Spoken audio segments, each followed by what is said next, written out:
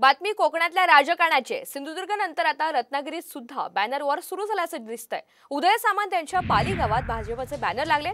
बाप बाप होता है झुंड में तो कुत्ते आते हैं, शेर अकेला आता है अशा आशयाचे बॅनर झळकलेत। कणकवलीमध्ये बॅनरचे पडसाद रत्नागिरीमध्ये उमटण्याची चर्चा सुरू झाली आहे। गेल्या काही दिवसांपासून रंगलेल्या या बॅनर वॉरमुळे कोकणात माहितीमध्येच अंतर्गत संघर्ष सुरू असल्याचं चित्र पाहायला मिळतंय।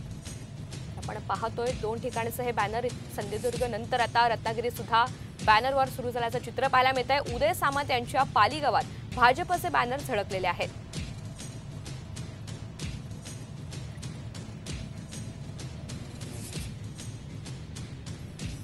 घराकडे जाणाऱ्या रस्त्यावर कुणी बाजून चार लावावी किंवा माझ्याकडे 10 अजून पाठवून दिले तर मी अख्ख्या घरापर्यंत लावतो, मला त्याच्यामध्ये काही वाटत नाही। आणि म्हणून बॅनर वॉर, ट्विटर वॉर याला मी कधीही थारा दिलेला नाही। ज्यांना कोणाला असं वाटत असेल की माझ्या घरासमोर बॅनर लावल्यामुळे त्यांना सुखानं झोप लागणार आहे, त्यांनी अजून 4 बॅनर लावले तरी मला फरक पडत नाही। मी महायुतीचा कार्यकर्ता आहे आणि महायुतीचे जे काही नियम आहेत